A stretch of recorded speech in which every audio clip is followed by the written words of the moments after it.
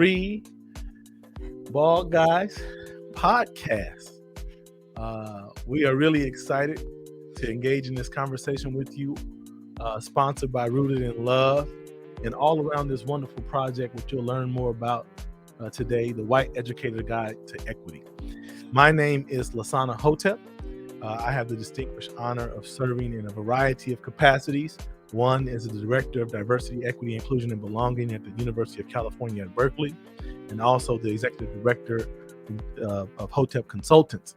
And I serve as the co-editor of the White Educator's Guide to Equity. And I have my colleagues with me, my friends, my brothers, and my co-conspirators in this work. First, we'll start with Dr. Jeremiah Sims. Good to see you all. We just want to welcome everyone that's streaming in live. We appreciate the love. I'm just really excited to be here, to be able to have this conversation with y'all. This is a different format. Usually book talks are more kind of constrained. So this is a book talk in a podcast format, and I love the title. I think Kayla, our support person, somehow Kayla and Lasana came up with the name Three Bald Guys Walk Into a Podcast. At that point, I knew I was in. So I'll pass it to Jeremy. I almost grew my hair out for this just to mess it up a little bit, but yeah, I want to say what's up to all the folks that are tuning in live, and want to definitely say what's up to my guys here. I haven't seen these guys in a long time, so really good to be in the same room as y'all. But anyways, for those of you that don't know me, my name's Jeremy Wallace. I'm a professor of English at College of San Mateo, also the Emoja coordinator at College of San Mateo.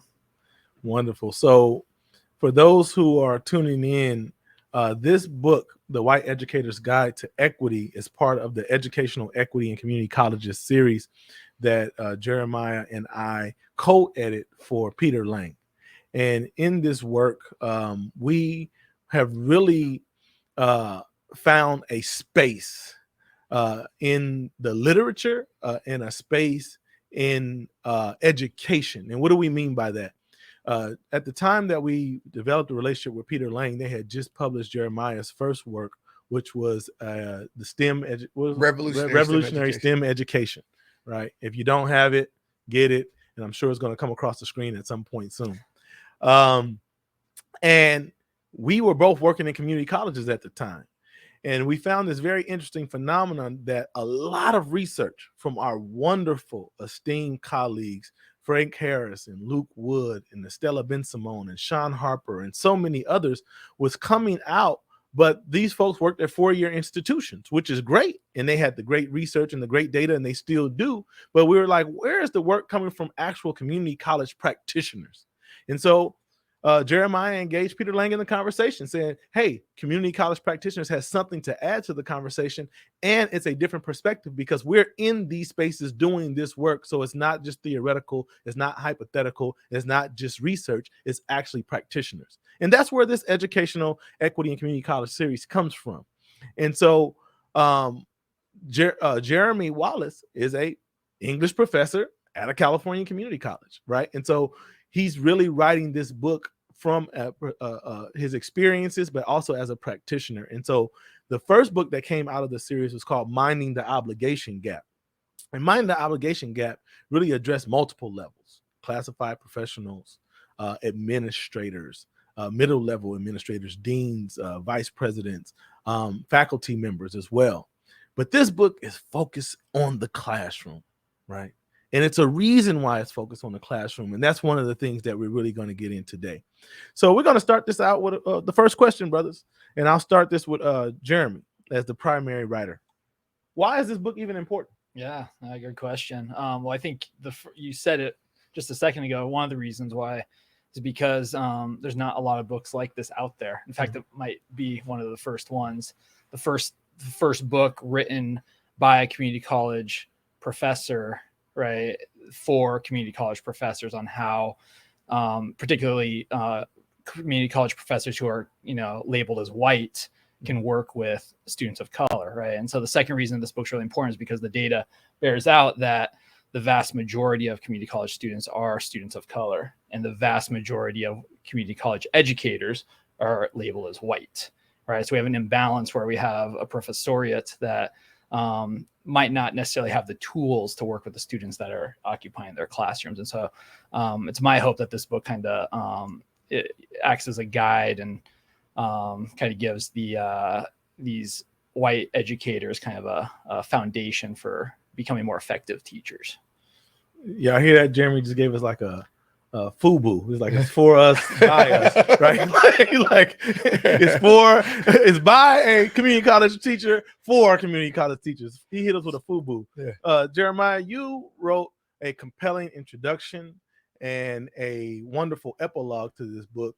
But why is this book important from the opening to the closing? Yeah, so I think it's important, right, for folks who have been racialized as white, right? Because there's no such thing as white people, and that's a conversation that we may get into today. But there are people who have been racialized as white because whiteness is a political categorization that delineates proximity to power, either proximity or distance to power. So that's something that we'll open up later. But I think the book is important because there's not, so Lasana says this all the time, and it's really profound, right? And so, you know, for my brothers and sisters in the community listening who have dentures, we love you too. But his kind of, the one he uses is that we all have teeth, but we're not all dentists, right? And I saw you know, a meme where it said, you know, just because you read a book on mountain climbing doesn't make you a mountain climber, right? And so we're not promising that this book is some type of magical elixir that is going to completely transform you. But I think it's really important to understand that we are all on a journey. Lasana knows a lot of stuff. He's a mentor to me. This is my guy. But he's still on a journey, right? He would tell you that, right? Jeremy, who wrote this whole book, is on a journey, right? I contributed to other books or written other books. I'm on a journey. And so I think the messaging that's so integral to this particular work is that y'all can do this, but you got to be willing to commit to the journey. It's never equity work, right? And, you know, equity work is whatever. I'm more interested in justice. And again, we'll unpack that later. But justice work is a marathon. It's not a sprint. And so I think that the book is really encouraging. It lays bare things that need to be laid bare, right? Like, how do you figure out as someone who is racialized as white to contribute to a kind of socio-political, socio-historical reality wherein you have to acknowledge that you are a beneficiary of a system that negatively impacts other folks? That's a hard pill to swallow, and it's a hard realization to come to, but you got to do it if you want to do the work. And I think that this book provides a guide, not the only way, but a really effective way to embark on that work, embark on this journey so that you can see the light at the end of the tunnel and then actually reach that light. Thank you all who are just joining us again. This is the Three Bald Guys podcast.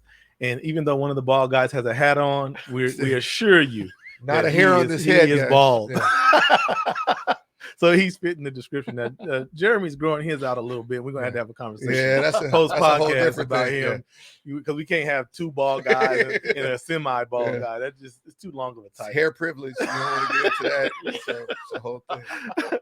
So in both Minding the Obligation Gap and in the White Educator's Guide to Equity, there's this acronym. And I want to talk about this acronym before we even get into it, because as a communication educator, and I have a background in rhetorical criticism, I'm familiar with all the different types of things. And one of the things we have is what we call semantic noise, right?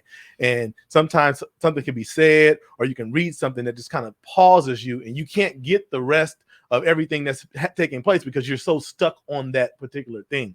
And so I want us to talk about this phrase called poor ethno-racially minoritized students of colors, right? I want you to talk about where that comes from, why use that versus something like BIPOC or just people of color or any other acronym that we're familiar with. Where does this poor ethno-racially minoritized students of color come from, and why use that?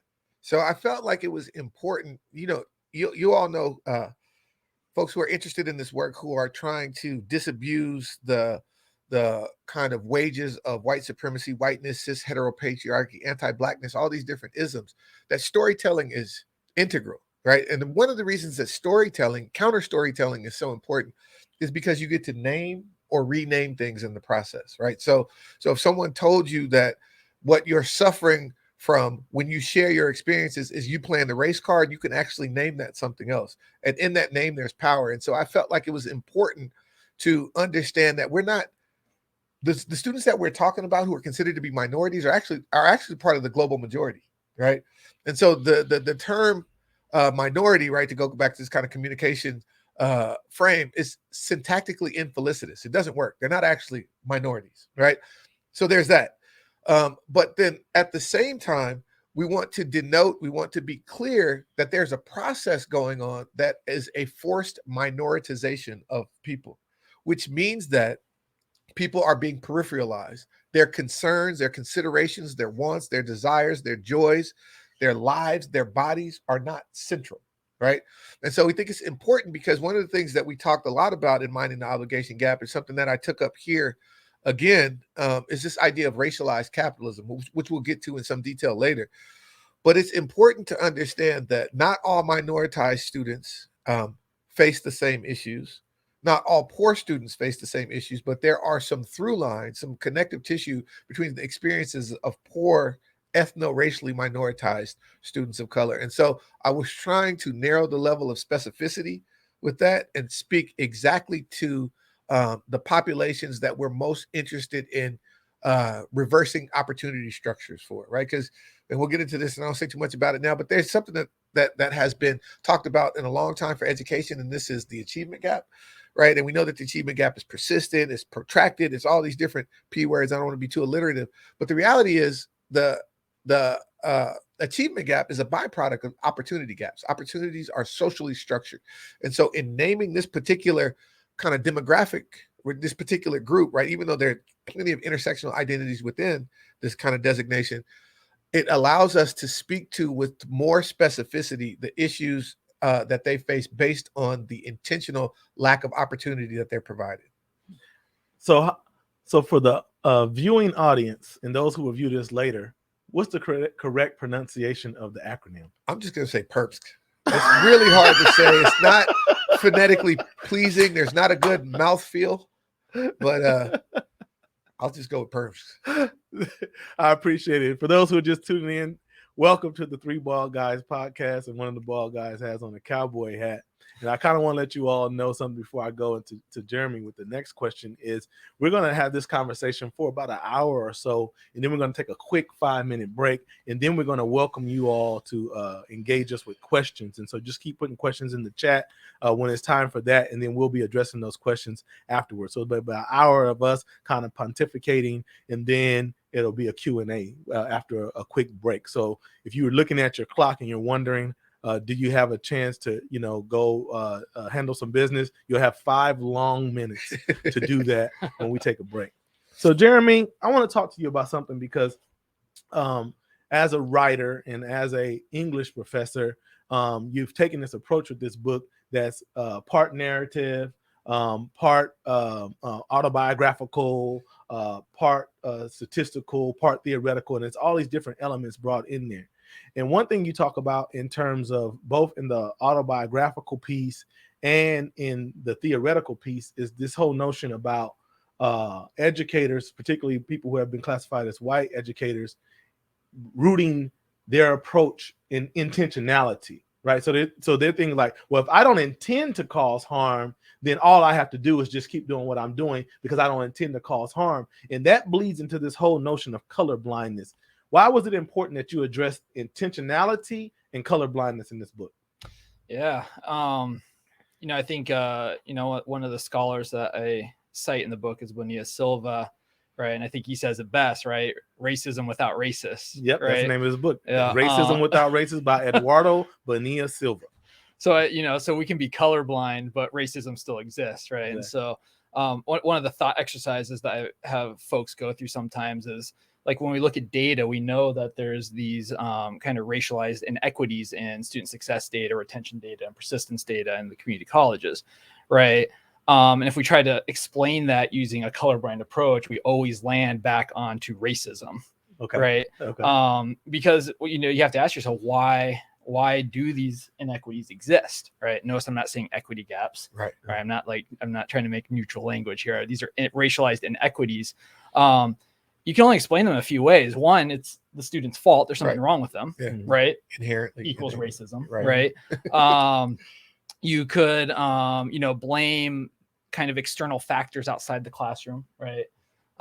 Maybe they have full-time jobs. They have to care for family, housing insecurity, yep, transportation, right? But if you take a kind of a moment to step back and think about even those kind of external issues. They're all also rooted in racialized structures, right? There's a reason why students of color are disproportionately going to be impacted by housing insecurity, food insecurity, and things like that, right?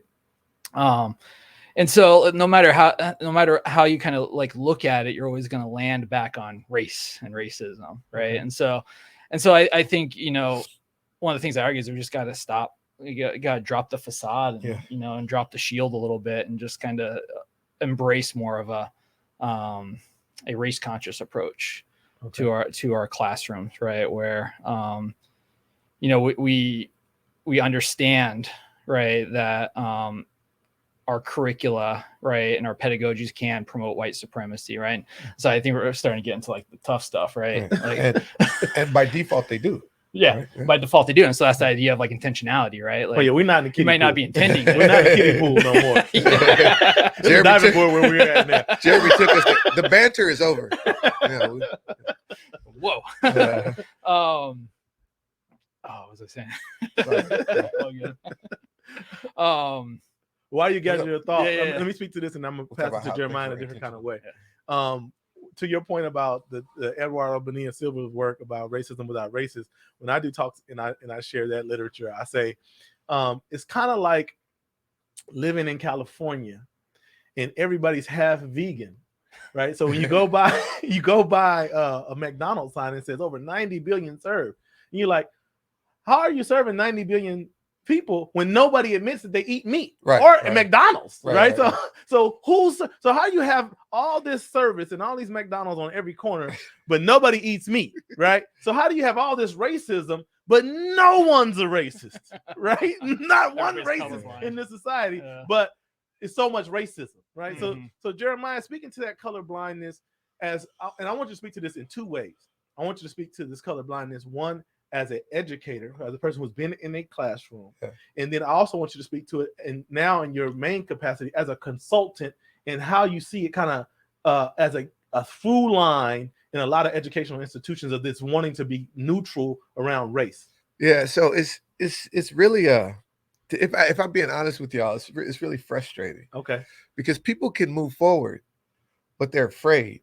And so much of the work, you know, as a consultant, right, is trying to help people address that fear, because there are folks, my brothers and sisters, who have been racialized in this work, racialized as white in this work, who want to be able to do things, but they're afraid. So I let me take a step back. So I just got back from a presentation that I did alongside my partner in life and love, Rachel, in the South, right, in the southern part of the United States. And there was something that came up, and I shared it with these guys, and I was doing a conversation about racialized tropes, and I said something about, just to give you all quick context, right, for Black women, there were these three kind of tropological archetypes, right? So you had the Jezebel figure, who was used as a justification for the rape of Black women by plantation owners, right? So she was seen to be asking for it. She was someone who's positioned as a home wrecker, who was licentious and wanted, all these different things. Then you had the tragic octoroon or mulatto character, who was Sapphire, who was not to be sexually desired, but was someone who nonetheless needed to be saved. And then you had the Mammy figure. And the Mammy figure, if you think about Aunt Jemima, right? The Mammy figure, Hattie McDowell's work in Gone with the Wind, was this kind of asexualized, larger framed Black woman who served as an additional mom, but she wasn't the mom, so she was the Mammy, right? And so I was having this conversation, and then I talked about it. I didn't know that I couldn't do this because I've done it many times, but it was a different environment in the South. Are you about to do it on this podcast? I'm about to do it right now. You weren't supposed to do it, but you're still gonna do it now. So I argued that because I have always been fascinated by white women's attraction to Oprah Winfrey. I'm like, what is it? Right? And I know Black women like Oprah Winfrey too, but Oprah Winfrey didn't get as big as she is just because Black women like her, right? We're not in the pool anymore. We're now in the lake. Oh yeah, the sharks. The sharks swimming now. But see, so here's the thing. So I argued that Oprah Winfrey, right, perhaps known to her, unbeknownst to her, doesn't matter in this instance, has been positioned as America's Mammy, right? And so when this happened, there was an audible gasp in the room. I didn't know Oprah was sacrosanct, right? Like, it was like I said something about the Pope at the Vatican almost, right? And so it was really interesting. But to their credit, these folks who were struggling with this, right? And, some of them share, these are all professors, right? And they're, some sisters who are racialized as white, they're like, you know what? I'm going to be honest with you. I'm really trying hard not to tune you out based on what you said about Oprah. Semantic noise. Right. And so, but other people were wrestling out loud, like, I don't know why I feel like this, but I know I feel something. And what struck me, and I was talking to Jeremy and Lasanda about this the other day, is that you can't really do that in places like Washington and California. You rarely get to see, in my experience, I get to work with a lot of folks, you rarely get to see in an initial conversation, folks who have been racialized as white open up about their struggles, right? So even though I was taken aback by the response, it was actually refreshing in many ways, because folks were like, I don't know what that means about my association with race, racism, white supremacy, that I'm so deeply offended by this. I'm not sure why, but I'm trying to figure it out. And they were saying this out loud. They were chewing on it.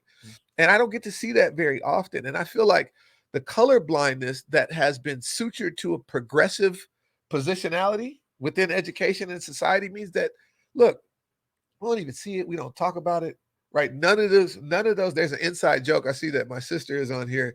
I'm not going to mess with her, Sarah Gaskin. There's an inside joke about that, though. You can just laugh about that. But anyway, this issue of like color. Right. And they just can't talk about it. They can't address it. There's nothing that they can do. And it's really stultifying. It leads to a type of paralysis. And that's why people can't move forward. So the idea of colorblindness, all it is an obstacle. People see it as a safe space, but it's not a safe space. It's an obstacle that precludes folks who have been racialized as white from moving forward on a journey towards being anti-racist. And then I want to take a step back too real quick. And that's why I push back on some of Ibram Kendi's work. Brilliant intellectual, brilliant professor, right? He's done a lot of amazing work to help bring this idea of anti-racism to the mainstream. But one of the things Kendi argues is that anybody can be racist, right? And I have a problem with that. And here's why. I used this analogy before. I think I talked about it in the book. Like we have 5 boys, Rachel and I, and sometimes when we need some time to just debrief, they get to watch a movie, right? I can't tell you how many times I've seen The Incredibles. But you remember Syndrome at the end. Syndrome was the antagonist in the first Incredibles movie. After he captured the Incredible family. Spoiler alert. Yeah. Oh, sorry. That movie's like 15 years old. Y'all should have seen it by now. But anyway, after he captured the whole family, because he used mechanisms that he developed, right? His mechanical knowledge. He didn't have any superpowers. He said, after I'm finished having my fun as the preeminent power in this universe, I'm going to make everybody super, because when you make everybody super, guess what? Then no one is. It's just like if everybody's tall, then no one's tall, right? So if everybody's racist, then guess what? Nobody's racist. And so that feeds this kind of colorblind ideology. And I think that that's one of the things that we need to be consciously aware. We all got stuff we got to deal with. I got stuff I'm trying to deal with. I have super problematic, even toxic ideological predispositions that I'm trying to work out every day, but I understand that it's a process. And so I just want to encourage folks, don't hide behind that veil of colorblindness, because it's not actually a safe space. It's actually a purgatory. I wanted to talk to 2 things that y'all spoke to, and then we'll go to the next theme. But one of them is, we'll start where you left off at. Our good colleague and friend and brother Tim Wise, who also wrote a blurb for this book, talks about this notion he calls enlightened exceptionalism. And he says that folks who are categorized as white, what they do is they pick certain black people, Oprah Winfrey, Michael Jordan, LeBron James, right? And they're like, they're not black, or they've transcended blackness. And so I can see the collective of that race in a demeaning, dehumanizing way, but these people are not that. Right. And he says, you really have to deal with this whole argument of, why is it that only black people have to transcend race? But nobody says, I don't see them as white anymore. You never hear nobody say that. I just don't see them as white anymore, right? They've transcended their whiteness. Well, when they get invited to the cookout, sometimes, they might be transcended. Yeah, we still see them as white, because we say, hey, who's the white boy? Like, that movie, You People, he said, who's white cuz, right? It's clear. You at the barbecue, but we know that you're a white boy, right? And so that's one thing. So the whole notion of enlightened exceptionalism is something to grapple with. The other thing, to your point, Jeremiah, is Ibram's argument, the way I read it, and you address it in the book, but the way I read it, everybody can be racist, is really everybody can be anti-black. He doesn't say that, right? But the examples he gives, That's right? When he generous reading. So no, when he talks about when he gets up and gives the speech and he has all these tropes about why black people need to pull themselves up out of the bootstraps and all this kind of stuff, he was basically saying, I, as a black man, can also be anti-black.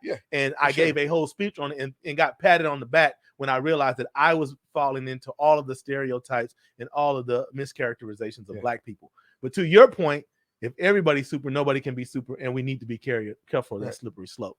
So staying on this theme a little bit, one of the sources you cite, Jeremy, in the book is Gary Peeler, right? For those who keep a score at home, that's spelled Peller.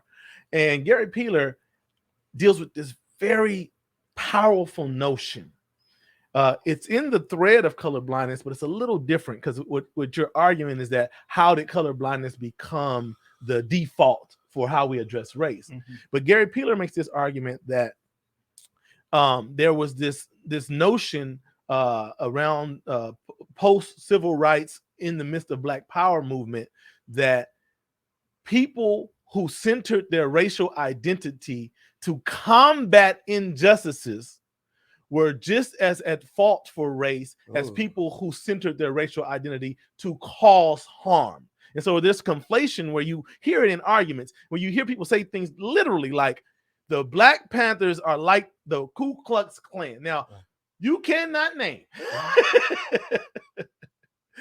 anytime the Black Panther Party went into white homes and dragged white people out and killed them in a public spectacle. Right. But they do this conflation, and the conflation and the way that people are able to sameness or both sides these kinds of arguments is because the centrality of race. And so you speak to it in your book. So kind of when you came across that literature, why did it resonate with you, and how does that connect to folks who are educators? Yeah, I think for two reasons. The first is that we've conflated white supremacy with white nationalism, which is one of the things that I've written in the book, right? Anytime the term white supremacy comes up in conversations, people automatically revert to like, oh, this must be like the KKK or the neo-Nazis or the Proud Boys or whatever the case may be. But that's not what white supremacy is, right? Clutch my proverbial pearl. Then what is white supremacy, Professor Wallace? So white supremacy, would be the belief that European knowledge, values, mores are superior to non-European knowledge, values, and mores, right? And that and kind of the foundation of that is that white folks are superior to non-white folks. And it's been institutionalized. Juridically, educationally. Especially in the education system, right? Our courses are rife with Eurocentrism and white supremacist ideologies. So that's one of the parts I want to address in the book is that we're not talking about white nationalism. White nationalism are the KKK, neo-Nazi Proud Boys who think that we just need to segregate, right? And on the far extreme, like just eradicate, right? Non-white communities, right? So that's the first part, right? Let's make sure we get the terms right. And then the second piece is that I think we're still stuck in that legacy of the civil rights era where white folks, were equating white nationalism with Black nationalism, right? And that, they saw on their TVs, the KKK marches, the police, spraying down activists with hoses and dogs and all that. And then they also saw on their TVs Black Panthers in Oakland with their machine guns, right? Of course, on TV, they didn't see all the breakfast and all the tutoring and all the great stuff that they provided for their communities, right? And so folks started to associate these two groups as being the same thing, right? And so we're still stuck in that legacy where if you center race, right, and you talk about race, then somehow you must be the racist, right? And we're seeing that right now in our political dialogue, right? There's for sure there are people who are running for U.S. president who believe that. Stop woke. Yeah, exactly. Stop woke, stop CRT, right? And CRT is kind of part of this whole conversation too, right? Because CRT is seen as that being that like Black nationalism pole, right? Where if you talk about critical race theory, right, you're somehow un-American, you're racist yourself, right? You're playing the race card, right? And if you actually study critical race theory, you'll find out that the critical race theorists are some of the most patriotic people that you can interact with. Right. They do the work because they love this country, right? And they see the potential that we have to create a more egalitarian society. Yeah, to your point about patriotism and centralizing race, it's really about who gets to have a grievance, right? Yeah. You got to understand that And if people who have been traditionally exploited in this country have a grievance, then they're told to go back somewhere.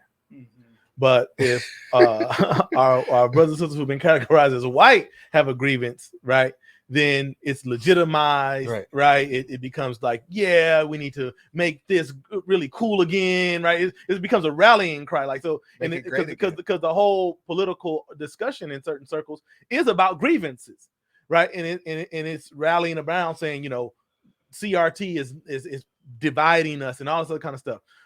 But when other communities say, hey, I think slavery and I think apartheid divided us, right? Right. Nope. I think having an apartheid state really divided us. You need to go back. So you know what I'm saying? But no one's told to go back anywhere else in certain other communities. So it's really about who has the right to grieve, who has the right to say that their suffering matters, right? And that's very interesting. Jeremiah, I want you to speak to this piece about this conflation of so-called white nationalism and our black nationalism, but also really to the spirit of this current discussion about banning, like how does it work where you can say, I'm the free speech leader while simultaneously all of your free speech is getting rid of other speech? How does that work? Can you say, everybody should have free speech and these are the 27 books you can no longer read? It's really so, as a rhetorician, right, it's really a problematic argument. It's a tenuous argument to be able to say that you're a proponent of free speech, but you don't want to hear anything you don't like, right? And so I want to touch on one of the things that Lasana is speaking to, right? So it is about who gets to grieve, right? Whose story gets to be told. But even more than that, the grieving process is part of what? It's part of a human experience.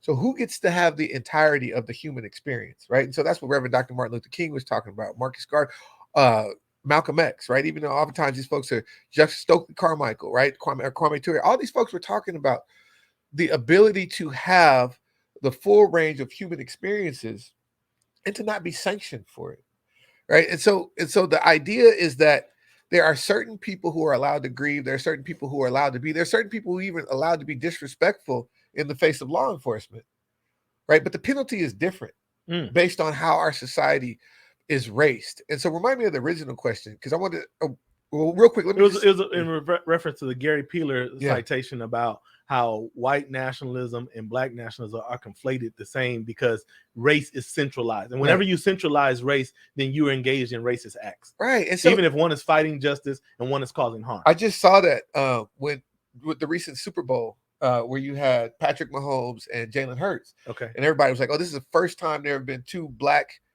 starting quarterbacks in the Super Bowl. Yeah. And then I read the comments because I have this morbid fascination with comments sometimes. And they were like, why are you bringing in race? Now you're racist, right? And it's just like, that is such an oversimplification, right? So the problem with racism, there are many, many problems with racism, is this idea of fungibility, right? So if y'all don't know what fungibility is, you've all heard it because you've heard people talk about NFTs. So NFTs are non-fungible tokens. So if something is non-fungible, that means it's one of one. It cannot be replaced by something else. Fungibility means that you can replace something with another thing, right? And so it's essentializing, and that's what has happened. And so they're trying to, but the problem is it's disparate. So it's one thing to create a let me take a step back. So I listened to a podcast recently where Cornel West was speaking. And Cornel West, they asked him about pragmatic philosophy. And I think that this is a really important point because I'm going to return to this. And so he said, well, they said, Cornel West, what is a pragmatic philosopher? And he listed all John Dewey, other folks, right? Even he would argue Martin Luther King was in that vein in some respects, Reverend Dr. Martin Luther King. He said a pragmatic philosopher is a philosopher who is interested in developing community within catastrophe. So when you have these groups like the Black Panther Party for Self-Defense, right? Or the Brown Berets, right? Or you saw a Yellow Power movement here in San Francisco, right? These were folks who were trying to create beloved communities within catastrophe, right? And there was a real tangible, measurable catastrophe. But when you talk about white nationalist groups, there is no catastrophe. The catastrophe is feigned, right? The catastrophe is something that they use as a catalyst to espouse hate. So when you're trying to develop a beloved community, what has to be the impetus for that work? It's in the title. It has to be love, right? And so, and Reverend Dr. Martin Luther King talks about this. He said there's a huge difference. The primary difference between love and hate is that love is generative and it builds up. All hate can ever do is tear down. And so they're not even apples and oranges when you talk about white nationalist groups and black nationalist groups, right? Or groups who are advocating for black power or black solidarity or black humanity or Latinx or any number of things, right? What you're comparing is no longer apples and oranges. It's like apples and guitars, right? It's not even in the same vein anymore. And so that conflation is helpful for us to think through. But the reality is one group, right, is trying to figure out how to develop community within catastrophe. And the other group is trying to figure out how to create a catastrophe, right? So that they can justify a loveless community. And for me, that's the difference between the two. Speaking of that, and those who are just joining us, you're listening and watching Three Ball Guys podcast, where we're talking about a book that is recently released. And let's talk about the release real fast. Right now, if you go to buy the book, it's going to cost you hundreds of dollars. That's only for the hardcover. Because it's for the hardback, which normally goes to places. This is placed, and I don't know if y'all heard of it, but it's called a library. And they buy these hardback books.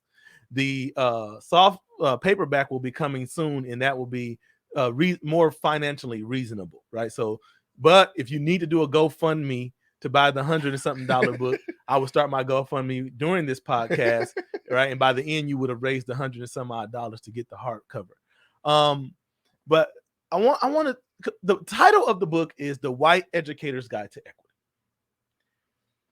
By the title in and of itself, some people would assume that it's along this same vein of trying to cause white shame and white guilt, and that anybody who brings up whiteness as a classification and juxtapose that to some kind of inequity or injustice, all this conversation can do is not bring us together. It can't solve problems of any communities. All it does is cause white shame and guilt. And what good is that? What do you say to people who say that? It's a choice. I would argue that whiteness is a choice, whether or not you want to be.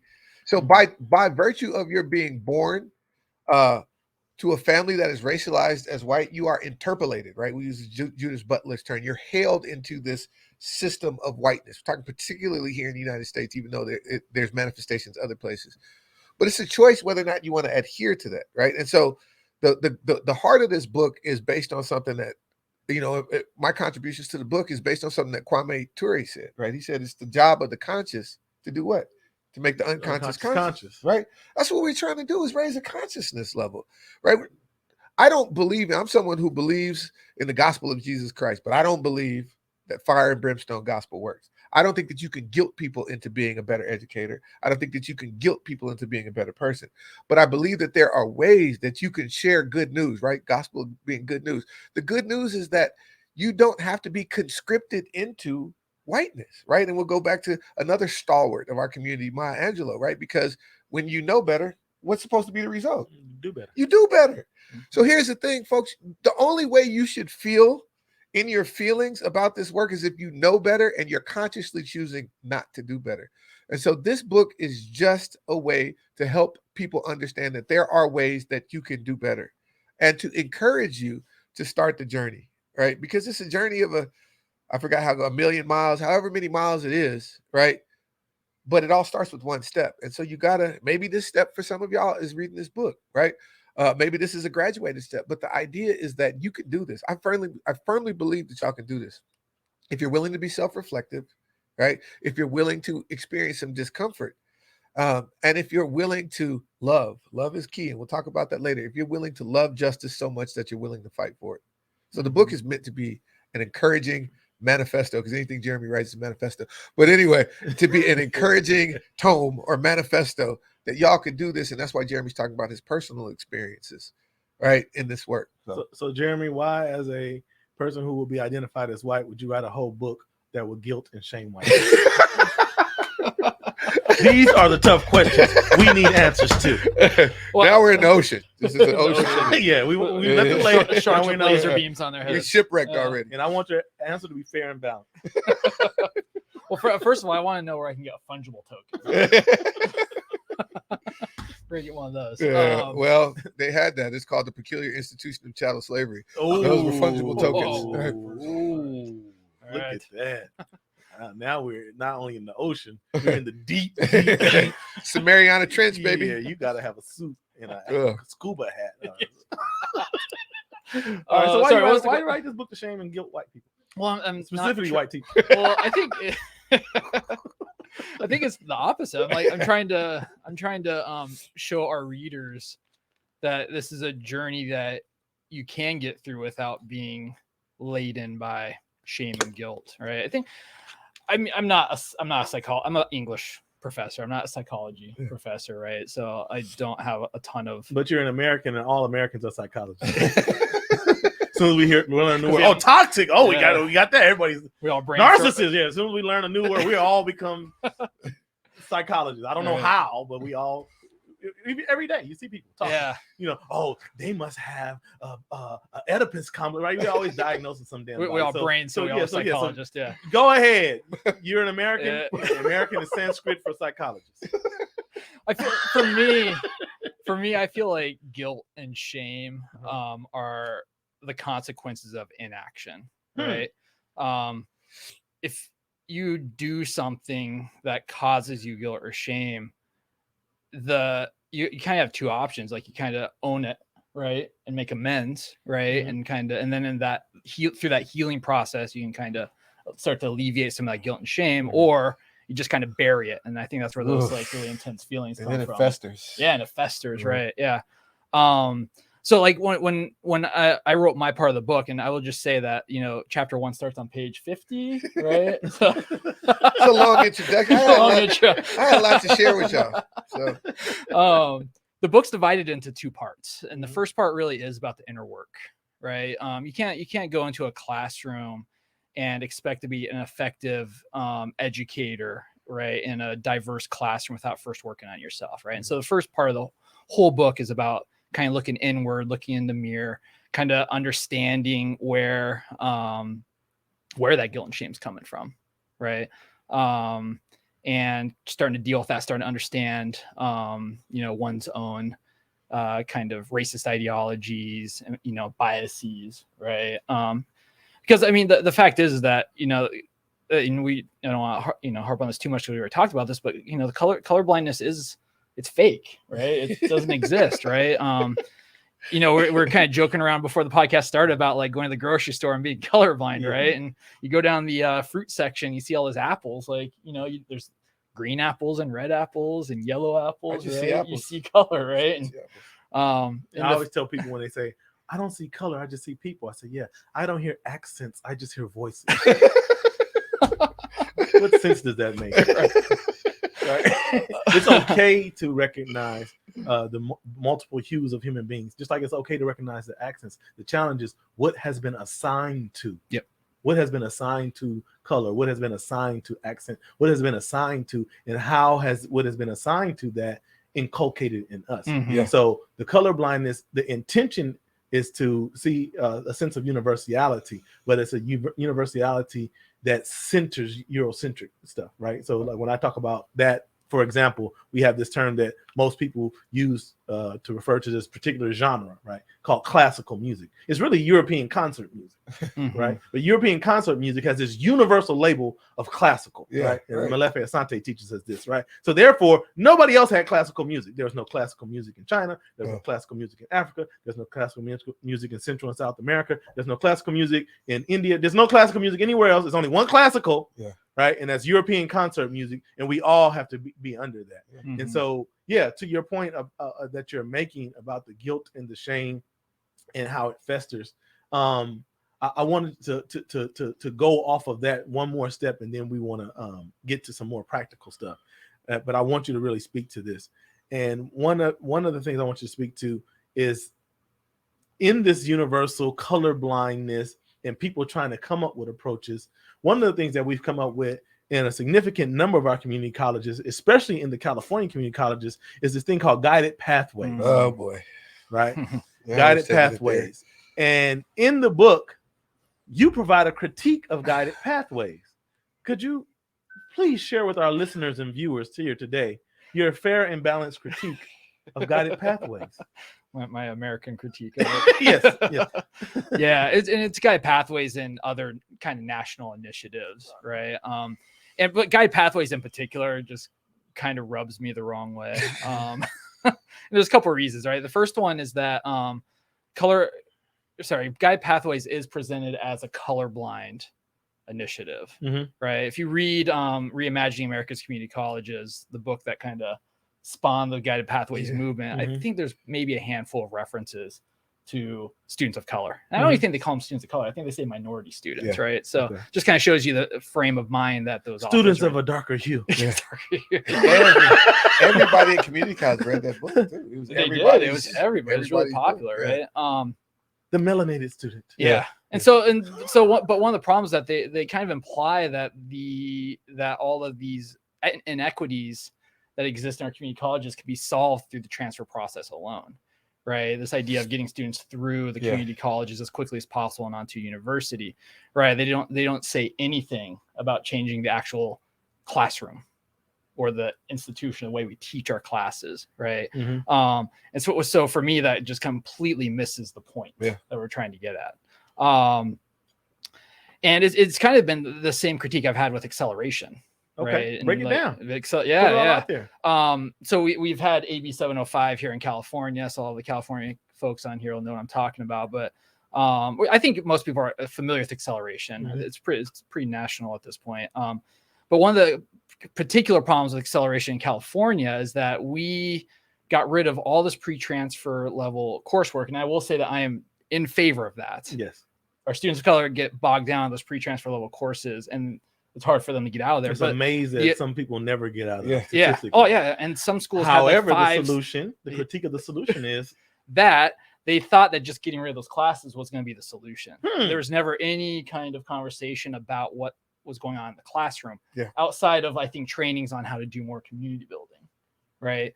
And so basically what you did is you took the same exact students and put them into the same exact classrooms with the same exact faculty and just gave it a different course number. Right. The faculty are still teaching their classes the same exact way. Well, who would have thought, right? So that's my first kind of critique of these national initiatives like acceleration, guide pathways, is they do promote a colorblind kind of solution or colorblind ideology.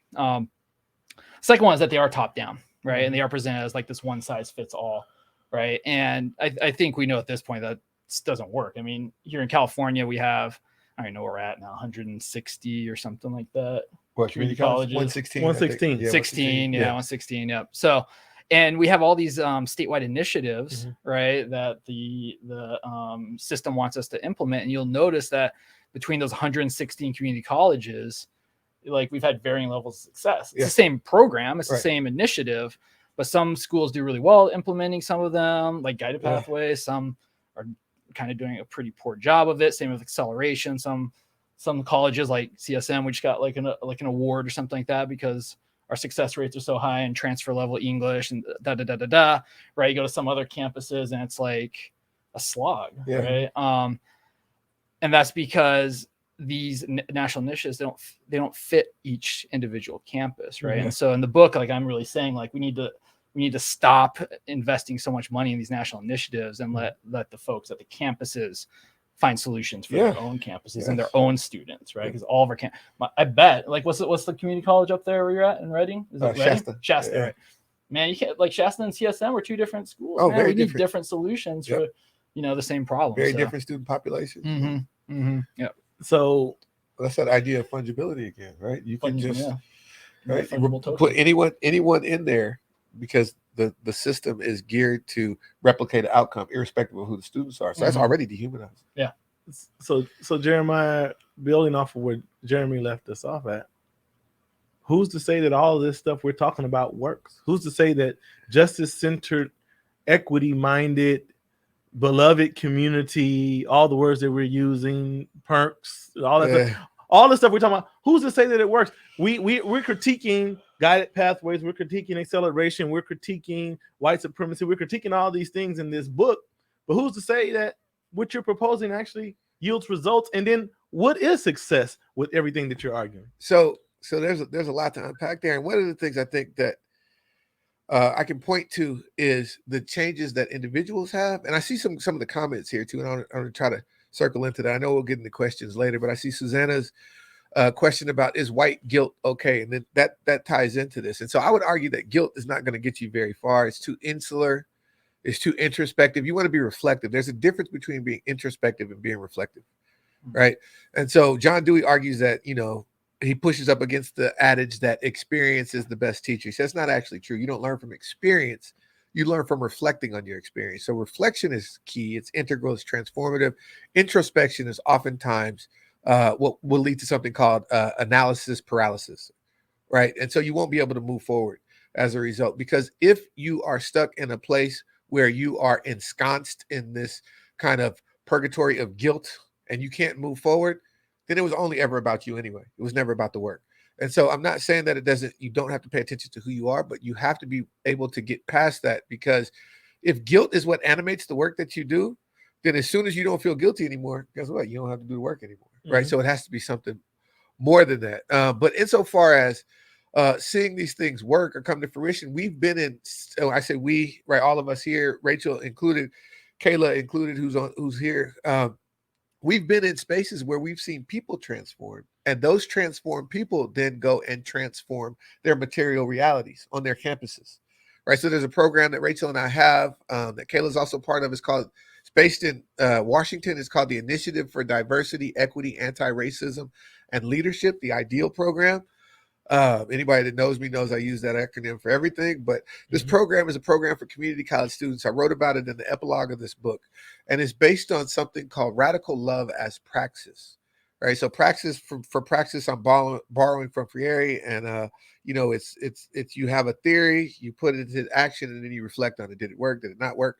Right? And so that's what I would ask for this book too, right? That you view this book as a kind of praxeological exercise, right? And so what happens in that program is that individuals are loved to the point where they can feel whole. We talk about really controversial things, right? I know that Lasana's familiar with this. I know that Jeremy has heard, but everybody might not have heard of this, right? So we talk about this idea of transracialism, right? You're Rachel Dozatal.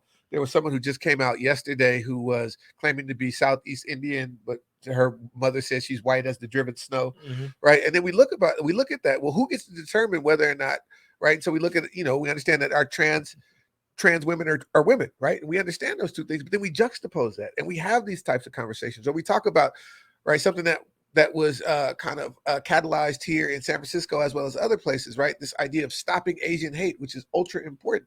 We have to stop Asian hate. We have to stop Asian brothers and sisters from being abused, right? But I would argue that some of the rhetoric around stopping Asian hate has been used as a vehicle to promulgate anti-Blackness, right? So we're having all these super controversial conversations, and people are having a blast, and at the end they come out of it talking about how they felt loved.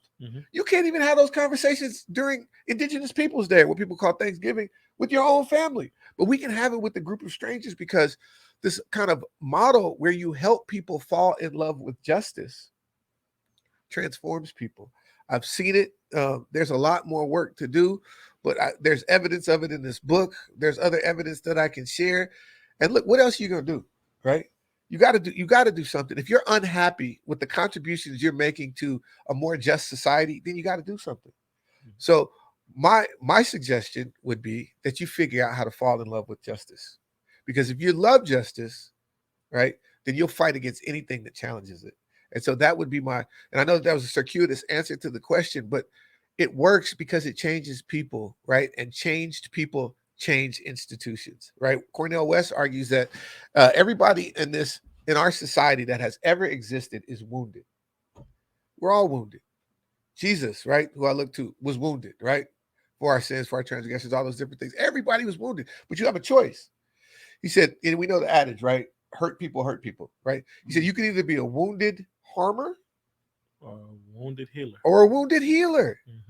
Be a wounded healer, right? You're wounded, and we acknowledge that, and we want to create safe spaces, healing spaces. One more thing that Sean Jenwright talks about in his incredible book, The Four Pivots, right, is that in doing this work, and one of the things that we focus on is not just stopping the harm. Much of the equity work that we do, these national initiatives and right, all these other things that have taken place in the name of equity and justice are interested in stopping the harms. We need to call out, identify, interrogate, interrupt microaggressions, and we do.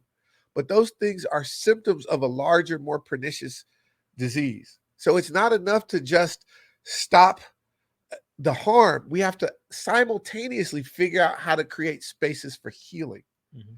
And so that's what we're interested in. Love as praxis, radical love as praxis is interested in stopping the harm. Yes. And also simultaneously creating spaces for healing. And that has to be the work. So, Jeremy, how do we know this works? Great question. Yeah. You wrote a whole book about it. I How did. do we know it Yeah. works? Well, I think we kind of we see the evidence of it, right? I mean, we look at scholars who have researched this type of work, right? And we see success rates go up. I share a lot of my own experiences in the book of this working. And so you just, I don't know, like take my word for it. It works. Well, I mean, like, and just kind of going with what Jeremiah says, it's like, you kind of have to do the work, right? I mean, what else are you going to do? Right. That's really the question. Hashtag, Lasana loves hashtags. What else are you going to do? Sorry. No, you're right. Yeah. I mean, if you know all this is going on, like you read the book, right? And you're like, oh yeah, like my classroom is promoting white supremacist ideologies and racial hierarchies. What are you gonna do? Are you gonna be like, oh, I'm gonna just go back to what I was doing before, Yeah. right? And knowing that this is happening, right? Or are you gonna do something about it, right? And well, maybe people may say, well, it may be white supremacists, but it's helping with completion, persistence, graduation, and transfer. Because that's what people are looking at. That's what they mean by it. Does it work, right? Yeah. They're like, I don't care if I get a bad human or a good human. What do our numbers look like? That's what these institutions are arguing. What does our graduation and transfer numbers look like? What does our certificate and degree attainment look like? Mm-hmm. What does our completion of college level math and English look like? And whether you come out of this thing a ragged, torn to shreds piece of spirit, right, or a whole being, we don't care, because we're looking at our numbers. So is there a way that a person can be a whole, full human going through this healing process as an educator and the student and simultaneously still meet those metrics that we measure in post-secondary education? Absolutely. Is it? Is it possible? Yeah. Absolutely. Look, y'all got to understand this, right? And I think that this was a hard lesson. I had good mentors in my life, right? Lasana is one of the folks who opened this up for me. Like, I was spending a lot of time, a lot of energy trying to figure out how to fix our system. Mm-hmm. And there are people who are far smarter than me that have done the same thing. Then it dawned on me, based on my conversations with Lasana and some other folks, right, that system's not broken. It's working the way that it's designed, right? So it is a sifting mechanism, right? We didn't get to unpack that much. It's just the idea of racialized capitalism, right? But there are certain people who have been prefigured as sites of corporeal, right, physical surplus value extraction. Their bodies are sites in the same way that a settler colonial regime will move in and extract value from the land and wipe out the indigenous people so that they have complete access to the land. The same thing happens with people's bodies, right? But there's a kind of spiritual colonization going on there. And so the idea is that if we can fix the system, it will work optimally and serve everybody, but it's already working optimally. So what has to happen is we have to radically reimagine our roles within the institution and the institution's role within the community, especially for community colleges, because community colleges are supposed to be what? The community's college. But oftentimes we fail to do that because we're trying to replicate four-year colleges or whatever else. And so I think that I want y'all to be I want you to be helpful, but I also want you to be hopeful, right? Because some of this can seem kind of pessimistic. We do have problems, but we've also made progress. But the only way we're going to make progress, there are brilliant folks like Jeremy who could come and do his job according to the letter of his job description and replicate and perpetuate and reify and concretize white supremacy, anti-blackness, cis heteropatriarchy, all these different things, because that's the way that the institution is framed. You could just come do your job as a director of equity and replicate all these problematic things, right? So what do you have to do? again, we agree you have to do something. And that something is questioning the role that you play within the institution and the role that you are allowing the institution to play within the community, right? So you got to question why you do the things the way that you do. You have to question those things, and you have to be willing to answer some hard questions. And we've seen these things happen, and we've seen shifts happen, and we will continue to see shifts happen because all you wonderful folks, right, the folks who are listening now or listening later, are in a space where you can begin to challenge your ideological predispositions and move to be better. Everybody has space to be better. I'm speaking chiefly to myself. Y'all do as well. And so I think that I just want to encourage y'all that it's possible to do this work. Don't be dissuaded, but it has to start. You got to start somewhere. So we only have about a minute or so left, and I want to give that minute to Jeremy, and I want to pose you a particular question. What transformative process took place with you while writing this book? That's a good question. Yeah, man, where do I start? So much. I think I through the process of engaging with the scholars that I cite in the book, right, reflecting on my own teaching and personal experiences, especially around race. I think the transformation for me is that like I've become more student-centered, I guess. I mean, before I wrote this book, I was, it's funny because we're having that conversation about critical pedagogy, right, and banking model. And I'm not saying that I was, you know, like depositing with the students, but I was definitely positioning myself as like the kind of expert in the room. And I've relinquished so much of that to my students in the last couple of years.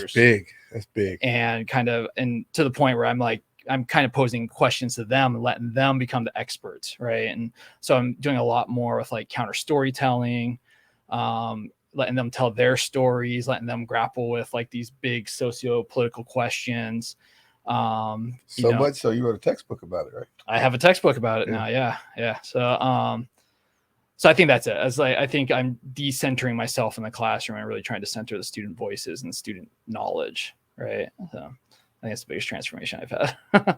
All right. Well, thank you everyone for joining the Three Bald Guys podcast. We're going to take a quick 5-minute break, or a long 5-minute break, however you want to interpret that 5 minutes. And then we're going to reassemble, and we're going to grapple with some of the questions that people have been putting in the chat, as well as questions that you can now put in the chat. And that's going to last for about 30 minutes. So thank you for joining us, and we'll be back in a long or quick 5 minutes, however you want to interpret it. All right. If you are here, you are tuned into the Three Bald Guys Talk About Equity podcast, centered on this new book, this powerful tome that has come out, written by Jeremy Wallace and Jeremiah Sims, and edited by myself, Lasana Hotep, and Jeremiah Sims, called The White Educator's Guide to Equity. Now, earlier I told you all that you can start a GoFundMe to buy the hardback, but there is a saving grace. The ebook is available at Peter Lang's website. So if you just want the ebook, you can get it at Peter Lang. So you can either do the GoFundMe process and or, you know, however you raise your money to buy this expensive book, or get the ebook. I want to give a shout out to Rachel Sims, who is helping quarterback all of this that's taking place, Rooted in Love, and also Kayla, who's also on the team. We got to give props and shout outs to those who are helping us. I want to give a shout out to my team at Hotep Consultants, Dr. Laura Ford and Katrina Pantic-Naval, because a lot of the things that I'm talking about is the kind of work that we do with our consultancy as well. So I have to give those shout outs. So we're having this conversation, and people will be able to access this in their various ways. But what else do we have that's going to continue to build on this conversation coming up that you can share with folks? So I talked a little bit, I just jump in. I talked a little bit about the Ideal program that we have in Washington. And so that program is a program for community college students. It teaches them how to use a tool that Rachel and I created called the Impact Equity Scorecard. Impact is an acronym because we love acronyms. Actually, Rachel does it, but I love acronyms. And it stands for, it's a rubric. And so it's measuring innovation. So it's innovative, measurable, purposeful, anti-racist, caring, and transformative. So you can look at something like Guided Pathways, for example, through that rubric and try to make it so that it's commensurate with justice. And so anyway, so we do that. We have these really kind of salacious, controversial conversations around equity and justice with students. And then we create space or try to increase the aperture so that they can distill that theory down into actual practice or praxis, and looking at policies and procedures at their colleges and trying to adjust those so that they're commensurate with justice. So we're actually in our 4th iteration now. If folks are interested in checking out a session, just reach out, Jeremiah at rootedinlove.education. And then based on the success of that, we're going to build another program where we are creating a kind of certificated training, REI, AJ, race, equity, inclusion, ability, justice training for community college students, because everybody wants to know, how do you capture student voice? How do you get student voice, right? Well, you get student voice by paying them, right? You don't get student voice by asking them to come speak. Like, that's the privilege in and of itself, right? And you don't get to tokenize student voice either. So we're creating for our students a training that is anti-tokenizing, right? So that they can speak their truth to power and lead conversations on how to create more equitable college environments. And so that's the next stage in that development. We also work with colleges to help them figure out how to question extant policies, procedures, and pedagogies so that they are commensurate with justice. And so that's through Rooted in Love. We have a lot of fun building community with folks. And I got another book that I'm working on too, but I'll tell y'all more about that one on the next podcast. Jeremy, what else do you have tied to this book that people need to be on the lookout for? I know you have a release party. Yeah, I got a release party. Tell them about that. Well, you all are invited, of course. Nah, it's just a little get together. Is that it actually happened at the department meeting, English department meeting. Folks were like, oh, we should get together. That's and I awesome. celebrate your book. I was like, okay, yeah, just come over to my place and we'll hang out. So, but anyways, have craft beers. Yeah, maybe have some craft beer, exactly. Brewed in San Francisco, yeah. But what's going on connected to the book? I think the only thing really connected to the book that I have going on is the like, if you want to do speaking, I could do like speaking gigs, things like that. I did recently put up on my website. I think speaking engagements are good, but like with all engagements like that, I feel like you don't get the deepest kind of interaction with the content. Right. You can't just go to a workshop or a speaker and suddenly be like kind of, an equity warrior. Right? I listen to Lasana. I'm good to go. Yeah, exactly. I'm all right. So one thing I have put on my website is that I'm interested in doing more one-on-one work with folks. So if folks want to do like one-on-one coaching. That'd be great. Man. Yeah. So that's, so we if have you're to get you a interested whistle. in that, or track The pants white and everything. educator's guy. Whistle. Yeah. Yeah, that coaching method does get a different kind of response, right? And it's not just the intimacy of having the one-on-one dialogue, but you're able to grapple with the questions and carry them out to their logical conclusions more than you are in those kind of settings. And so what's your website again? JeremyWallace.com. JERAMY. JERAMY Wallace.com. So we have a few questions that's come in during the conversation, and then we'll take some that are coming in right now. But one of the questions was this whole notion of white guilt, right? Some people within the chat were saying that white guilt is problematic, while other ones are saying that white guilt is a good thing. How would y'all respond to the whole notion about white guilt may possibly be a good thing? I'd say both, right? It's problematic and necessary, right? I think those feelings of discomfort compel us to do the work, right? I know people who don't have these types of uncomfortable feelings, and I can tell that they are, maintaining status quo, doing, they're tokenizing their students, right? They're not actually overhauling their pedagogies or curricula, right? So I think the feelings do compel us to do something about it. Problem is that I think that folks get too caught up in those feelings, right? To the point where it's debilitating, right? And so that's what I was saying earlier, is I think that the guilt does, the way to alleviate the guilt is to act on it, right? To do something about it, right?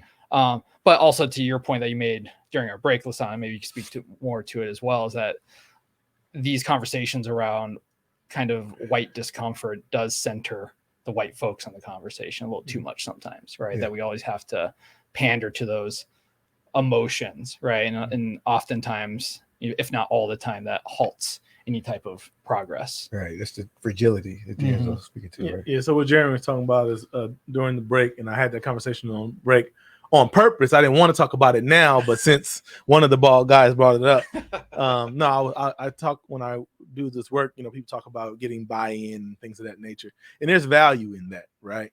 But what I find is that this whole buy-in process maintains the status quo in the meantime. And so the suffering that the students are experiencing is never alleviated because now we're over here as colleagues trying to get each other on the same page. And so what I pose institutions is this question: are we centering the suffering of our students or the comfort of our colleagues? And so that's one thing. Another thing that I speak to about this notion of white guilt or what have you is not just the centering of whiteness or white folks within the ranks or people who have been classified as white. It's we are expecting an individual transformative solution to a structural institutional problem. And so my thing is that it's the only way to get people to do anything within a professional organization is this: you either incentivize the behavior or actions, or you hold them accountable, right? You assess them on that. And one of the things we're not doing in education is we're not incentivizing justice-centered work, and we're not holding it accountable. It's not a part of any evaluative process. It's not a part of any tenure process. And so now we're saying, well, since we're not going to incentivize nor evaluate, which we know structurally and institutionally gets results, now it's going to be up to each individual to read Jeremiah and Jeremy's book and decide where they are along these lines. And so I think that a book like ours really is just a part of a holistic experience, because you do need to engage in this whole radical love. You need to deal with radical compassion. You even, another thing we didn't talk about a lot was you even talk about mindfulness in the book, right? We need all of these things, but without the structural and institutional solutions, right, to Jeremiah's illustration that the system is working exactly how it is, you're really not going to get it. And so I'm not really an advocate for or against the guilt piece, because I don't center the work on that. I center the work on the suffering of our students. And I'll say this lastly, I know I'm kind of going off, but I want to just make this illustration. Whether we have what we think we need or not, we have a physical plant. We have a building. We have buildings and structures. We have funding. It may not be all the funding that we want, but we have funding. We have professionals, whether they're administrative professionals or teaching professionals or classified professionals, right? We have curricula.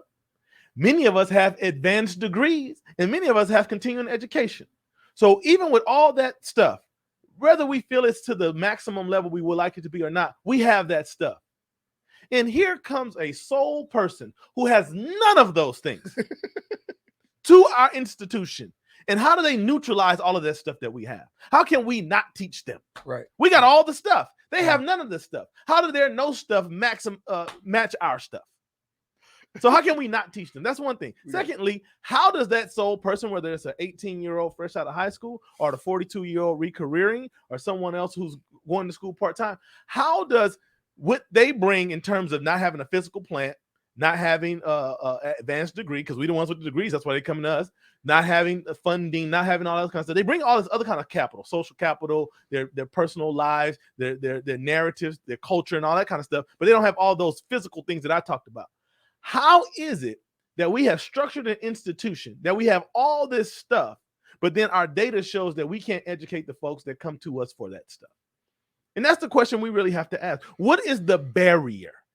The individual showing up obviously cannot be the barrier because they don't have the stuff.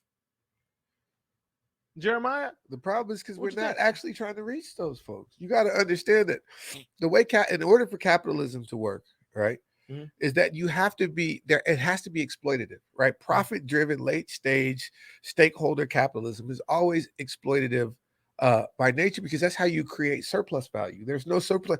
You can't create surplus value if you pay someone the exact amount of money that you plan to sell the commodity for. There's no money in it, Mhm. right? So you have to be able to pay the person less. So that then is an exploitative process already. In order for this economy to work, which is a capitalist economy, there have to be people who are sifted into wealth building opportunities, the people who get to be capitalists, right? Mhm. Venture capitalists, whatever other kind of capitalists. And then there have to be people for whom their bodies have been prefigured as sites, corporeal sites of surplus value extraction. And so because these neoliberal business models, right, bureaucratized business models have been overlaid onto educational institutions, now we're worried about things like efficiency, right? It's not, it's like Lasana talked about, all this work is spiritual work. Education is you reaching people. We're spiritual beings in human bodies, not the other way around, right? That's my guiding presupposition in this work. So if someone makes it through your class, but they are spiritually dead at the end, is that success? It's not success for me. I don't care if you got an A plus. If you never want to go to school again, even though you got an A plus in this class, what have I done? Right? I've created a problem in this person's life, right? And so I think that we have to understand that the nature of the institution is not what we think it is. That's first and foremost. We have to remove there's something that this book by Adam Grant called Think Again, he talks about.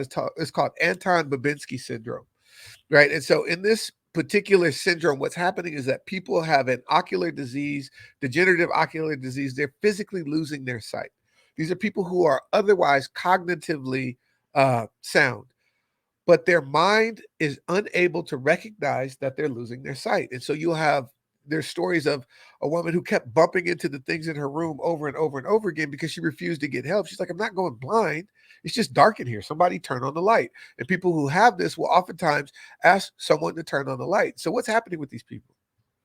Right? In this kind of meta discursive way, they're blind to their own blindness. So we're not even talking to the point about blind spots yet.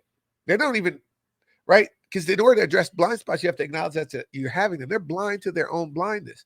And so that's what's happening when we don't realize that this systems that we are functioning within are inequitable by design.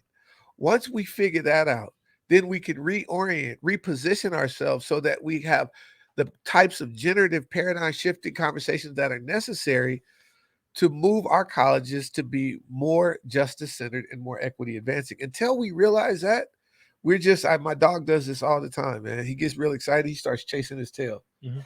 And so if he can get it, then it hurts. It's a no-win situation. Either he can't get it or he gets it and he bites himself, right? Mhm. We don't want to be in a position where we're chasing our tail. So that entails us, you see what I did there? Mhm. That requires us to pay attention to the fact that the inequities that we see, the opportunities that we see are all socially structured and socially stratified. And until we recognize those things, we're just going to be chasing our tails. For those who are tuning into the podcast, this is a Three Ball Guys podcast. And if you ever have Jeremiah talk, you're going to get it all. You're going to get alliteration. You're going to get onomatopoeia. Yeah, all of it. You're going All of it. you're going to get Allegory. Yeah. There's some simile in there. So Jeremy, we talked. Metonyms. Jeremiah, we opened up with this whole notion of PERMSCs, right? Yeah. Poor, ethno-racially minoritized students of color. And someone asked a question: why do we keep changing the name and moving the goalpost and having all these different names for people of color? Why don't we just stick with BIPOC, or why don't we just stick with Black, or what are these other nomenclatures? Why we got to keep coming up with new stuff? I see you, Lewis. I appreciate the question. And for me, the term BIPOC suggests a type of parity that doesn't actually exist, right? And you can disagree with me. It's okay. I'll still love you. But Black and indigenous people, and then other people of color, for me, there's a kind of fungibility there that I can't reconcile. Because, right, we think about the kind of birth of intersectionality, think about Kimberly Crenshaw's work, right? Remember when black stewardesses, they were not getting promotions, and they said, well, we're not getting promotions because we're women. They said, no, other women are getting promotions. We're not getting promotions because we're Black. Well, other Black men are getting promotions. No, we're not getting promotions because we're Black women, right? So you have to understand there's an intersectional, I'm not saying, Lewis, for 1 minute, you don't understand this, but speaking to the general audience, for me, BIPOC is too broad. Sometimes things are so broad that they're not actually saying anything at all. And so that's how it reads to me. So again, the work for me, right? And y'all don't have to accept it. It's okay. Like I said, I still love you. But the work for me was to narrow the level of specificity, right? We're not talking about, because I would argue that you think about this model minority myth, right? And so we know that came in around 1985, and the model minority didn't really have much to do with scholastic success. It had more to do with folks who are considered to be Asian, because that's a problematic amalgamation of so many different kinds of people and beautiful cultures, right? And colors and everything else that had just been kind of grouped together haphazardly. But anyway, this idea of a model minority was that you had folks who achieved scholastically, but the model part wasn't just the scholastic achievements, because they didn't raise hay in the same way that Black and brown folks did, right? They didn't protest in the same way that Black and brown folks. Of course, there was a time, but it wasn't as popular, and they were trying to point to just be like them, right? And so some people would argue that Asian Americans attained a certain level of honorary whiteness as a result of that, right? And so the idea that there is a unilateral kind of uniform experience for all these different people, to me, doesn't fit with my own personal experience, and it doesn't fit with the research. And so again, the reason why I offered this term is to move away from, because actually the model minority is Nigerians, right? Nigerians are overrepresented in everything scholastic, right? But they can't be the model minority because they're Black, right? But so if you're talking about people who identify as Black, right, we're not overrepresented in STEM or as doctors or as engineers in the same way that Nigerian folks are, right? Our brothers and sisters, Nigerian brothers and sisters are. So I think that there needs to be a way to speak to the differences that exist in those groups. And this may not be a perfect way, but this was my first attempt at trying to name that. And so hopefully that provides some level of explanation. I have another question. And the question is like this. Some people are saying all the stuff that we're talking about in both books, Mind the Obligation Gap and The White Educator's Guide, is us trying to get educators to lessen the rigor and to soften the experience for students. And students need to just stop being soft. And yeah, there's microaggressions that exist, but everybody has microaggressions. Everybody has been harassed. Everybody has been made uncomfortable. Why are we trying to make all these safe and comfortable spaces? What's wrong with us and these soft students? But then on the other side of that question is we have a lot of laws being passed and a lot of rhetoric being thrown out there trying to put other particular communities of students by saying that by having these kind of conversations is making them either feel a sense of guilt or shame. So how is it that the group who's microaggressed is being perceived as soft and just need to toughen up and have a thicker skin, while another group who, when you bring up race, it makes them feel a sense of guilt or shame, needs to be protected by laws and book banning? Is this thing on? I can go. I just got through talking, so go ahead. No, I was gonna say, like, it boils down to white supremacy, right? We gotta protect the white kids, right? We gotta make them comfortable, because white feelings and white emotions matter more, right, than non-white emotions and feelings, right? And that's kind of the ideology that's promoting that, right? I did want, I'll let Jeremiah speak to that as well, but I did want to address this idea of rigor, right? That like equity and justice is lowering the bar in some way, and that is, like, I don't understand how we can argue that including more student voice and including curricula that actually speak to all of the students in our classrooms is actually lowering the bar, right? Not possible. It's not possible, right? And in the bar, and in fact, they're not even related. If you really think about it. The bar, the proverbial bar is not related to what is being taught in the class. Right. So what is the theme here? Because I noticed a theme that anytime things that have been predominantly white, male, rich gets more inclusive, it's like almost like the one drop rule, right? It dilutes the value of it, right? Anytime, it's the whole thing with the whole redlining notion, right? If any white neighborhood, as soon as a Black family moved in, the value, even if a millionaire, like I used to use this illustration all the time when Nat King Cole moved into Hancock Park, which is a predominantly white place. Nat King Cole sold 1 million records. No white person in that neighborhood sold 1 million records. Nat King Cole sold enough records to build the Capitol building in Hollywood. No white person had done that. They might have been a dentist. They might have been a mechanic, but they hadn't done that. Him, a celebrity, with the first Black person with a television show, who sold all those records brought down the value of the homes of the white people in Hancock Park. A millionaire brought down the value of a bunch of thousandaires' homes. Right? So does that have something to do with this whole notion of as soon as you become inclusive, it has to be lowering, even though to your argument, to be more inclusive, it has to raise the rigor. It literally raises the rigor, but the narrative has to be it's lowering the rigor because of its inclusion. What is that all about? I think you said it's that one drop rule, right? And Mhm. it's the white supremacist ideology that the epistemologies and experiences associated with our students of color are less than somehow. Right. And it's also what you're saying earlier about like trying to protect the comfort of all the students in the class who are racialized as white. Right. You know, stop there. You got a story in the book. Could you tell the story? Which one? Which story? Where you were visited for tenure. And what was made during your visit afterwards. Please, this is a great story. I don't like to reveal a lot of the book, but I wanted at least one story from the book to be told. Please tell the story. The story, yeah. The Umoja story class of story. tenure review. Yeah. Yeah. So I mean, I forget what it was, fall 2013, fall 2014, somewhere around there. It's tenure review. Part of the tenure review process is the course observations.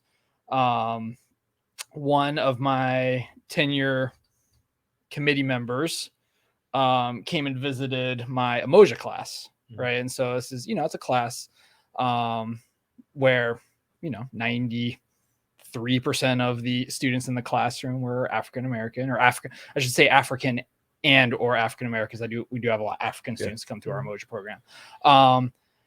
And so there's two things going on in this particular class, right? It was the class that was right after Michael Brown was killed. Okay. Right. And one of the practices that I really value in the Umoja community is like porch talks and live learning. Right. We're not going to do business as usual when we know that students in the class are hurting and trying to grapple with like this thing that's going on. Right. With this murder. Right. And so I had Dr. Gaines, who's my co-conspirator in the Umoja program at CSM. I was like, dude, come to class. We're going to chat about this. Right. We're going to open up to students, let them kind of talk about what they're feeling. Right. And so I had, of course, it was the day that my tenure committee member was coming to do her observation. Right. Couldn't be any other day. Couldn't be any other day. Because in my department, they're random. Right. And so she comes to class. Random. Yeah, random, exactly. Yeah. Like TSA checks. Yeah. Right. Oh, I got a story about that. Yeah. That's another podcast. Yeah. So we have this 50-minute class, and we're talking about Michael Brown. We're talking about all these officer-involved shootings and killings. Right, students are kind of into their credit, to students' credit, with having not only myself, a white educator, but also a strange white educator in the classroom. They were still opening up about what they were feeling. Yeah. And then as is customary after the class is over, so this observer didn't say or do anything. She was taking her notes and all that. And as is customary, usually the person leaves, right? They're usually scurrying off to their own class, right? And so we meet like a week later to talk about the class, as is also customary. And two things come up. The first was that she had nothing to write about in my tenure evaluation because I didn't teach. Ooh. I didn't teach anything. She learned something. She just didn't want to admit it. And mostly because I wasn't talking about thesis statements or something like that, right? So she was a little confused on what she was going to do about that part. But then the kicker of it, towards the end of the conversation, was that so I said that this class was about 92% African or African American. There was one white student in the class, right? We had one European American student in the class. And to his credit, like, he was speaking up and really engaging the conversation. But she told me as the conversation was wrapping up that she felt bad for him because he was the only white student in the class, right? Totally disregarding the fact that he was participating in class, right? Was an active member of the classroom community. It was obviously not feeling any kind of discomfort from being in that classroom, but she felt bad for him, right? And I think it does go to what you're saying, right? She probably felt, and in fact, I think I write about this a little bit. I think that she felt that this student was being kind of gypped, right? But peep this. She was. Why didn't she feel bad for the black students who had to just experience the Michael Brown phenomenon? She didn't feel bad for the students. No compassion there. No. Total disconnection. No. Totally identify Yeah. white Because she cousins. was Yeah. talking about her own feelings, and she was Exactly. projecting that. Well, she On- was on white uncomfortable, cousins, I'm yes, sure. yes. Yep.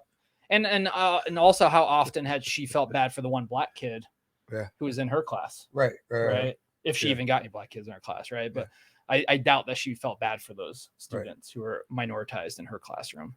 And that story can be found in the White Educator's Guide to Equity. That was just a preview.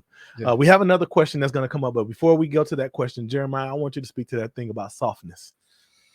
So it's just toughen up. So we Just talk thick about skin, man. Yeah, we talk about radically humanizing pedagogy Yeah. at the end of this book. I talk about it in the epilogue, and it's made manifest in this ideal program and other educational spaces. And I would argue that the example that Jeremy just gave, just having a conversation, is a form of radically humanizing pedagogy. So what does it mean? What is it?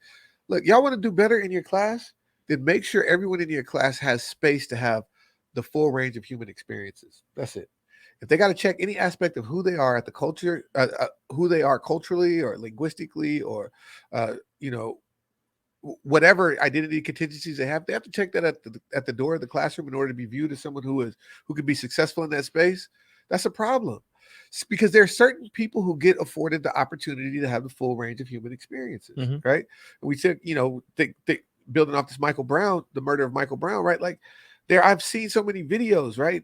Some of these videos are selectively curated for sure, but where you get to see things that folks who are racialized as white doing with law enforcement officers that you would never imagine doing as a person of color, right?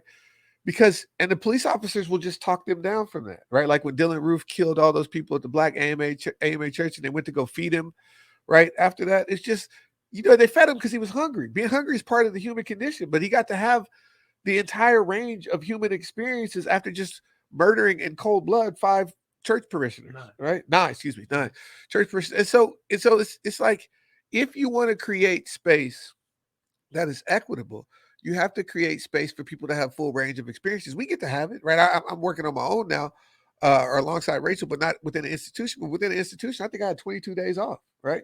So if I don't want to come to work, I don't need to come to work. If I need to have a personal day, I can have a personal day. But if I'm a student, I only get to have, who only has 2 personal days in a whole year, right? Oh yeah, apparently only students can have that, because if you have something, like a real quiz, I was giving it back to you, right? And so if you have anything outside of that, if you are experiencing things as a student parent, right, you're experiencing things as a student who provides care for someone else in your family, right, an adult in your family, you don't get to have those things without it being penalized. So Lasana can have a full range of human experiences, but there's going to be a penalty for it, right? Whereas other folks, right, folks who have been racialized as white, right, they're not penalized for it in the same way. So I think this idea of softness, right, is subterfuge, right? It's a facade, right? Because certain people get to have the full range of human experiences. As a white student, if I hear things about CRT that make me uncomfortable, and I don't even think it's the students. I don't think it's ever about the students. It's more so about the parents and the administrators, right? Because students want to, all they're doing, look, there's a trick, right? Ron DeSantis and these folks who are banning woke, all they're doing is making these students more interested. They're going to read these books at a voracious rate at some point. Watch and see. All he's going to do is raise up a bunch of, they're going to be satisfied parents because they think they quelled it, but their students are going to be in these liberal arts colleges talking like Kwame Ture in a minute, right? And so anyway, but the idea is that only certain groups of people, certain folks in a white supremacist system such as ours, white people racialized as white, get to have the full range of human experiences. So if I'm uncomfortable, then I get to tell you to stop making me uncomfortable, right? And then you need to account for my discomfort and create ways to make me feel comfortable again. And that's where it comes from. So it's never going to be equitable, because it's never intended to be equitable, because there are only certain people who have been identified as full human beings. Real quick, there's a book called Making Monsters that I recommend, from David Livingstone Smith, 2022 book. And he talks about dehumanization. There's 2 ways. So he's talking about Jeshen's work. Jeshen kind of identifies 2 different aspects of dehumanization. There's weak dehumanization, where you think of people as less human than you are. You're more human for whatever reason. And then there's strong dehumanization, where you think of people as less than human, right? So you saw that with the Jewish Holocaust, right, or the genocide of indigenous folks, or right, chattel slavery, right? These people were considered to be less than human, and that's the same thing that's taking place in these systems that don't allow for the full range of human experiences. And so as educators, if you want to be a committed educator, start there, right? Start figuring out ways to create the full range of human experiences. And then real quick, I wanted to say something about guilt. I know Jeremy touched on it. And I think that guilt is not a helpful frame. I think that guilt can be a trap. I think that conviction is a far better way to conceptualize the feelings. If you feel convicted, right, not in a juridical sense, right, but if you could feel convicted, the evidence of that conviction is that you want to then do something about it. But if it's guilt, it's too insular. It's just about you, right? Then the work that you're doing is about trying to assuage your guilt. It's not necessarily seeing a more just society. If that's a latent benefit, then great. But I just don't want to feel bad anymore. But conviction is different. Conviction animates the work that you do. So I would offer, in place of guilt, right? And along with guilt comes condemnation, this concept of conviction. How has my conviction changed so that I am willfully and willingly and intentionally creating to a more just society? So I just wanted to offer that piece.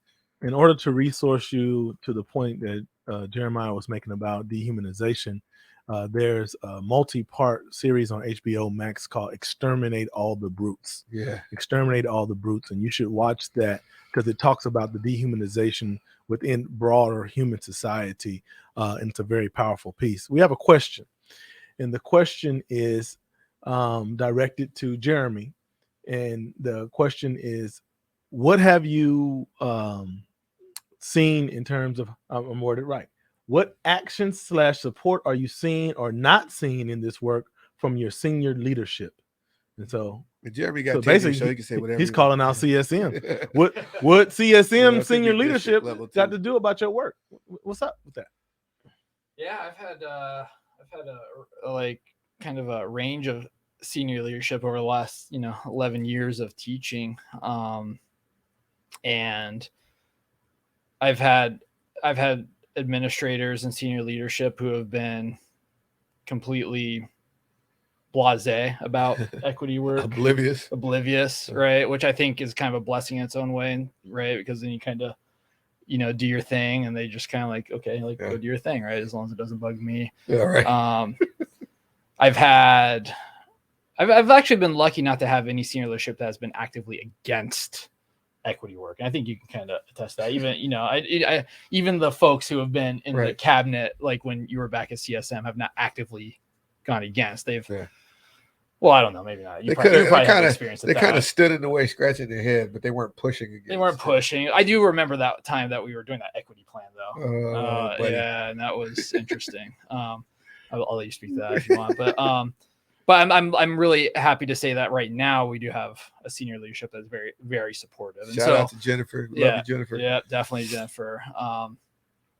And so who was a writer on Minding the Obligation Gap. She's my sister, and we love Jennifer Taylor Mendoza. She's awesome. But so as far as what actions and support, I think especially for senior leadership, is kind of putting their money where their mouth is, right? Using their budgets to give faculty and staff and other administrators the time and resources to grapple with this work. And I'm not just talking about bringing in a speaker either, because I think that was probably the old guard kind of approach. It's like, let's bring in a speaker to, but it's more like having like the equity training series, the train the trainer series, and having, giving folks like release time and stuff like that to work on that. Building in reflective time too, just in the day.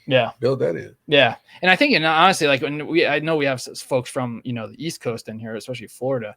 I think I also enjoy a great deal of academic freedom in my classroom, and academic freedom is definitely a double-edged sword in many ways, right?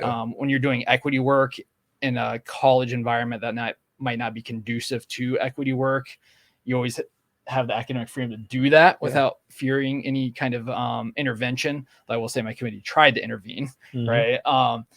But on the other hand, like academic freedom has too often been used as a way to justify the status quo as well, right? That you can't make my curriculum more inclusive, right? But I know, but coming back to our folks from the East Coast and in Florida in particular, like academic freedom is being threatened there, right? And they are being censored, and so is tenure, right? And to the point where like board members are being put in places where they can really impact the education of the students, and and I think that's where people need to start forming coalitions, right? That was what Jeremiah and I did at CSM, right, early on in the equity work, is we just had to get as many people as possible who cared about this and start going to academic senate meetings, start going to cabinet meetings, right, institutional planning meetings, and just keep fighting for it, Yeah, for sure.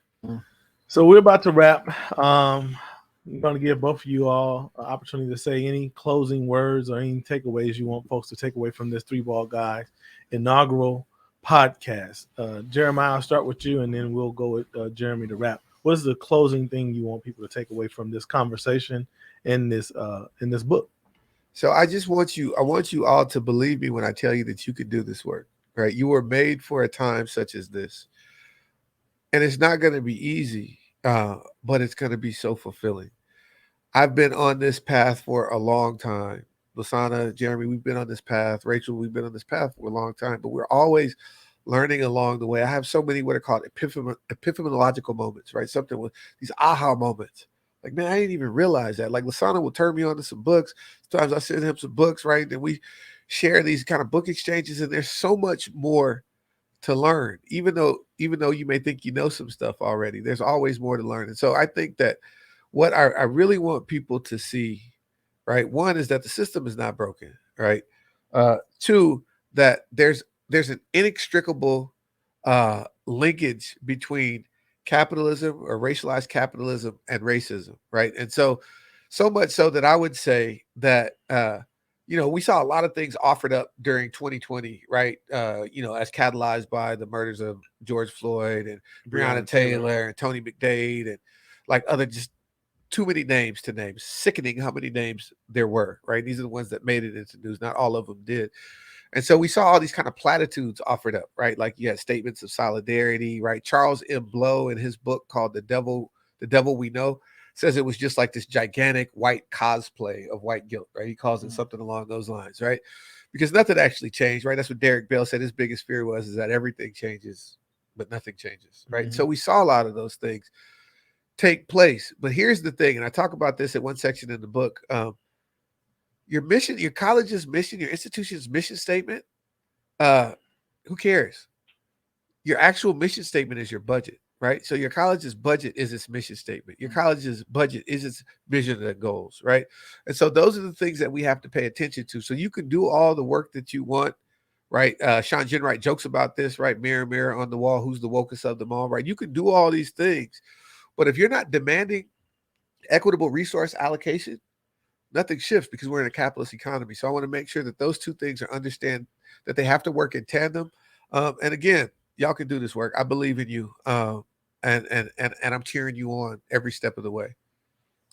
Jeremy? Yeah, I'll just conclude saying, it's hard work, but it's rewarding work. I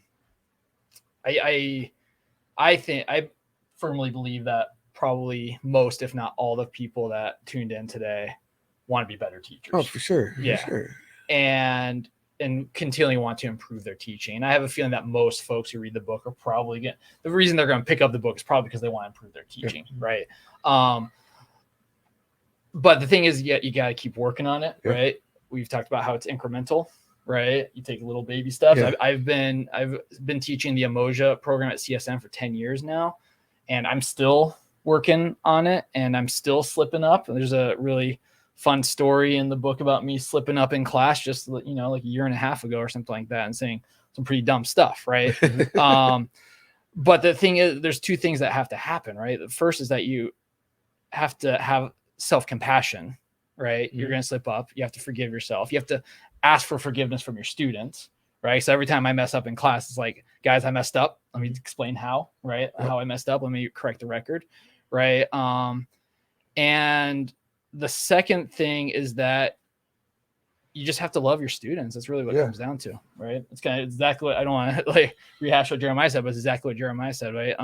In our first book, Mind the Obligation Gap, Dr. Taylor Mendoza calls it genuine love or genuine care, right?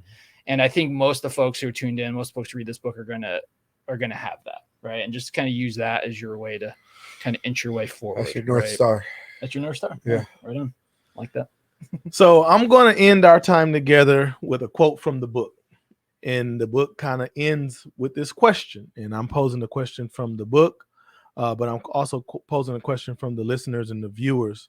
And the question is this: will we join the fight for racial justice, or will we find a place on the sidelines?